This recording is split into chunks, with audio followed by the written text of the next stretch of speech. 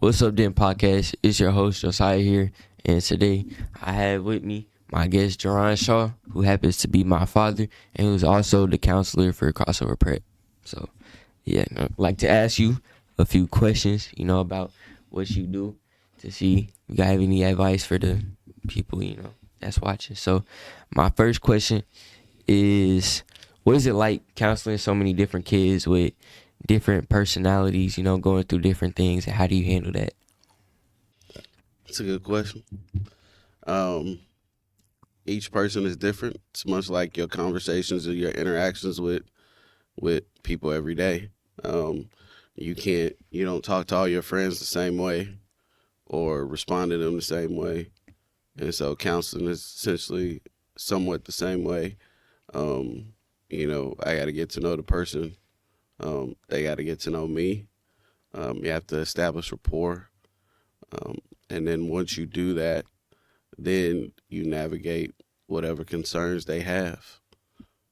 And the main goal is to help them work through the issue, not necessarily solve the problem for them. That's a temptation, is to want to just solve the problem for them because it's usually sometimes obvious.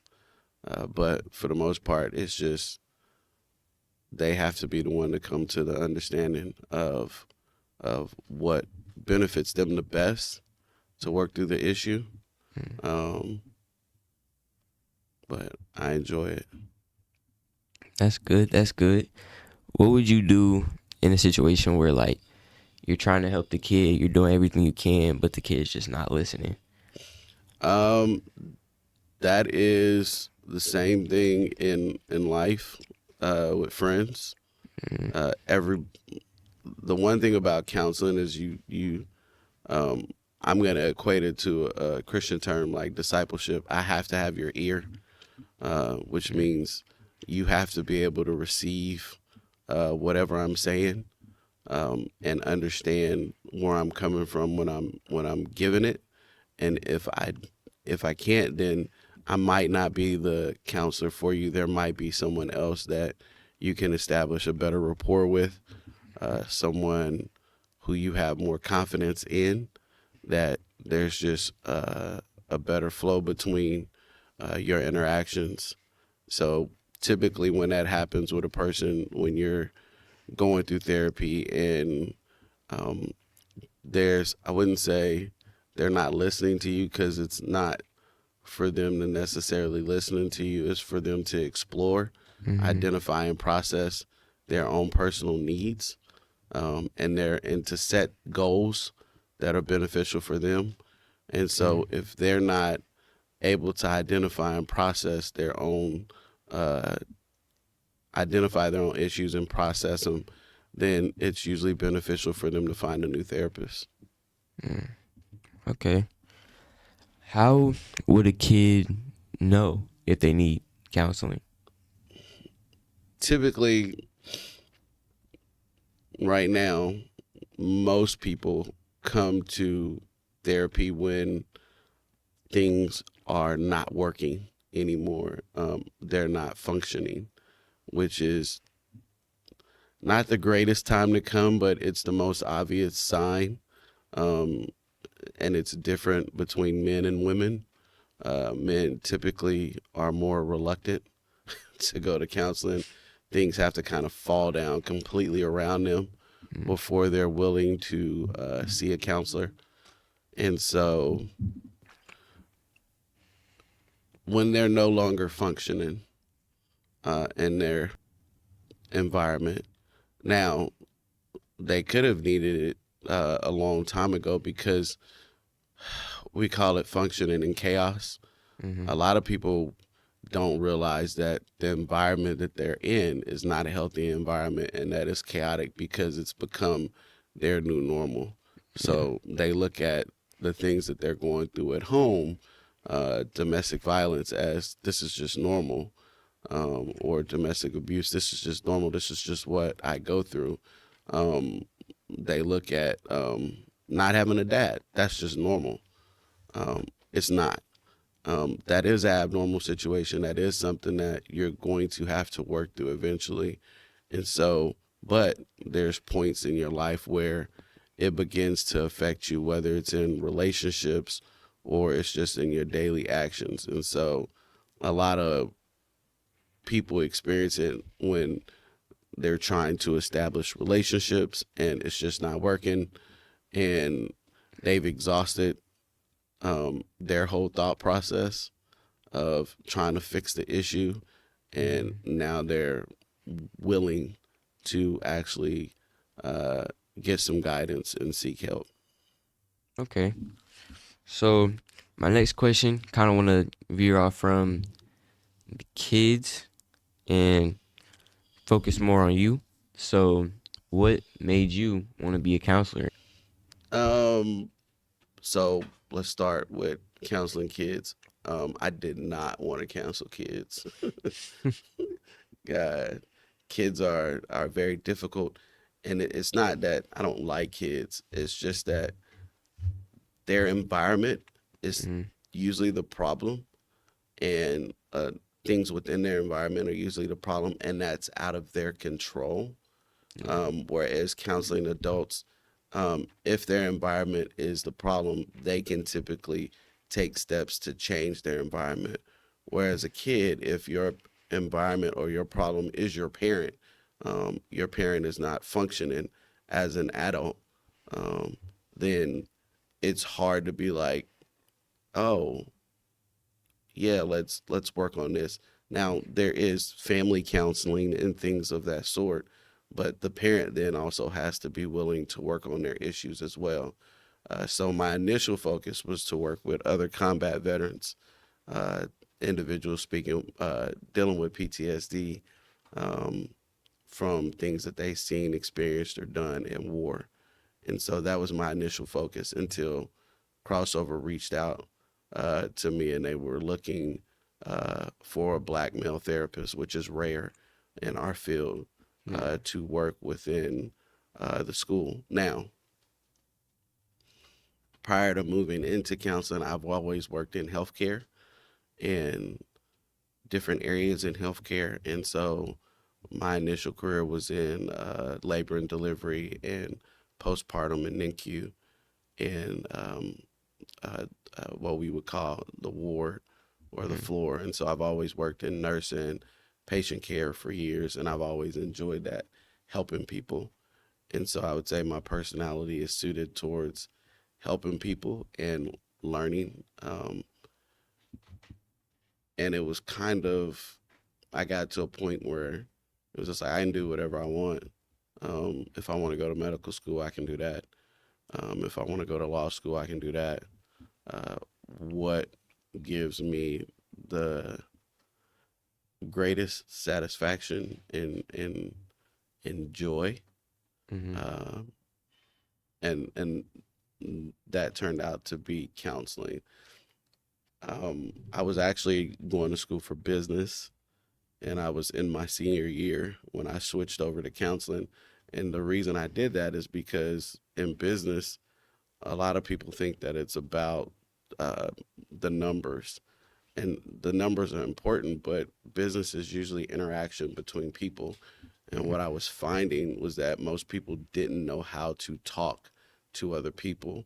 They didn't know how to manage or lead other people. And so the psychological aspect of that was very interesting to me. And I've always been interested in why people do what they do, Yeah. why people think the way they do, why I think the way I think, why I do the things that I do. So that one thing led to another. My background in law enforcement um, kind of geared me towards, hey, this is a field that I would be interested in, and my background in ministry, helping people. Yeah. So with the ministry part, that ties into my next question is how does your faith, with all of that, how does your faith kind of tie into your your journey to becoming a counselor, and then also how you counsel other kids? So I usually start with the the statement, no such there is no billable thing as Christian counseling. You're a Christian, that's a counselor. And so, just like a person who doesn't believe in God, their values and beliefs are going to impact anything that they do, whether you're a doctor or a lawyer or a fireman, or you own your own business, or you play sports. Your beliefs and values are going to impact how you do that. So for me, it's still it's pretty much the same. Um, what I believe informs how I interact with others. It informs my compassion. It informs my desire to want to be better at what I do. However, there's a line that you don't cross in that for instance, if I'm doing a counseling session, just because I believe, that doesn't mean I bring my faith into the counseling session. Mm-hmm. There are techniques and there are interventions that are taught, that you learn in school, um, that you apply. And so most counseling is what they would consider evidence based. And Mm-hmm. so there's what they call evidence based practices. And those are the things that you are typically using to measure um, how beneficial your counseling sessions are and how productive you are being in those sessions, Mm-hmm. and where you need to adjust and where you need to circle back to. Now, if the individual that I'm counseling, if faith is a big part of their life, then I'm going to lean into that, because that is going to be something that helps them move through the process. And so that is where it I can does it become a little bit easier? Yeah, because their faith is huge in their life, but their faith not might not be your faith, but there are similarities Yeah. in faiths for the most part. And so what I do is I lean into those similarities um, for that individual, so we can go through the therapeutic process. Yeah. Okay. Get what you're saying. Yeah. Yeah, and there's going to be some people where um, in the sessions they're going to reference those scriptures, and you're going to lean into that. Okay, well, how does that apply to your situation? How do Yeah. you think that applies to your situation? But as you said, yeah, there's going to be others where faith has been a trauma for them. So trying, even though faith is a big part of their life, Mm-hmm. they've been traumatized by somebody in the faith, whether they've been physically or sexually abused by somebody who is of that same faith. Um, then yes, you need to deal with it from the standpoint of trauma, but that's not something you're going to necessarily lean into, because then you can further traumatize that person, because now they're um, conflating you with the other person that might have traumatized them and use their faith system as a way to abuse them. And so there's a fine line. You have to be very careful with that. Okay. Okay. Um, for you as a black counselor, because I know it's unique to be a black counselor and to find a black counselor, was it like harder in a way in your journey to being a counselor, and like when people try to find black counselors, like is it harder? Is it harder to get jobs as a black counselor? Because I know it's unique, so people need that, but then I also know like there still could be some discrimination in being a black counselor versus a white counselor in jobs. So that's an interesting question. Um,